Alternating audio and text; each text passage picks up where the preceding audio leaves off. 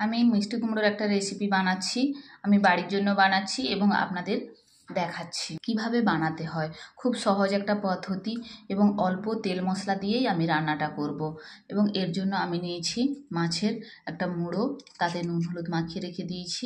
রুই মাছের একটা মুড়ো নিয়েছি, অর্ধেকটা মুড়োতেই হয়ে যাবে, কারণ সবজিটা তো খুব একটা বেশি নয়, অল্প সবজি, তো সেক্ষেত্রে অর্ধেকটা মুড়োতে আমার হয়ে যাবে। এবং এর জন্য নিয়েছি আমি আলু কুচি নিয়েছি এবং পেঁয়াজ কুচি, রসুন কুচি, লঙ্কা কুচি এবং ব্যবহার করব প্রয়োজন মতো নুন এবং হলুদ। আর কোনো মশলা আমি ব্যবহার করব না। তো আপনাদের দেখাচ্ছি। প্রথমেই আমি মাছের মুড়োটা ভেজে নিচ্ছি।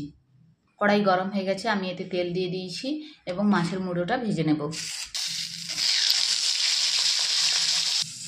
এবং এর সাথে আমি একটু বেগুন ব্যবহার করছি, বেগুনগুলোকে কেটে রেখেছি। এবং এখানে আমি আপনাদের একটা কথা বলি, সবসময় চেষ্টা করবেন কম আঁচে মাছ ভাজা, তাহলে খুব অল্প তেলে মাছ ভাজা হয়ে যাবে।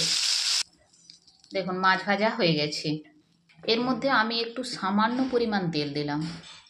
দেখুন তেলটা কিন্তু খুবই অল্প। প্রথমে আমি আলু দিয়ে দিলাম, তাকে নাড়াচাড়া করে ঢাকা দিয়ে দিচ্ছি। আলুটা কিছুটা ভাজা ভাজা হবে, তারপরে আমি মশলাগুলো দেব। আলুটা আমার কিছুটা সিদ্ধ হয়ে গেছে। এই অবস্থায় আমি পেঁয়াজ কুচি, রসুন কুচানো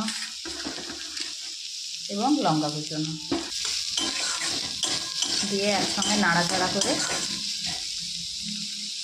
ঢাকা দিয়ে দিলাম। আমি এতে দিয়ে দিয়েছি প্রয়োজন মতো লবণ এবং প্রয়োজন মতো হলুদ। আমি একটুক্ষণ নাড়াচাড়া করলাম হলুদের কাঁচা গন্ধটা যাওয়া পর্যন্ত। এরপর আমি এর মধ্যে দিয়ে দিচ্ছি বেগুনগুলো।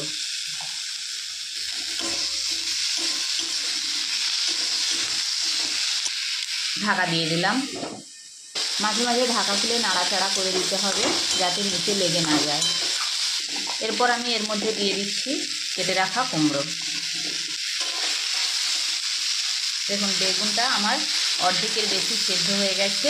যখন অর্ধেকের বেশি সেদ্ধ হয়ে এসছে, তখন আমি এর মধ্যে কুমড়ো দিয়ে দিচ্ছি। এরপর ঢাকা দিয়ে দিলাম।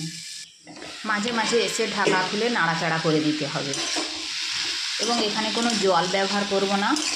লবণ দিয়ে দিয়েছি, সবজি থেকে যে জলটা বেরিয়ে আসবে ওই জলেই আমার পুরো সবজিটা সেদ্ধ হয়ে যাবে। মাঝে মাঝে এসে একটু নাড়াচাড়া করে দিতে হবে। এই অবস্থায় আমি মাছের মুড়োটা দিয়ে দিলাম, দিয়ে আবার ঢাকা দিয়ে দিলাম। কিছুক্ষণ পর এসে সবজি নাড়াচাড়া করে দিচ্ছি। রান্না হয়ে গেছে মাছের মুড়ো দিয়ে কুমড়োর এই নতুন একটা রান্না। আপনারাও করে দেখুন, ভালো লাগবে।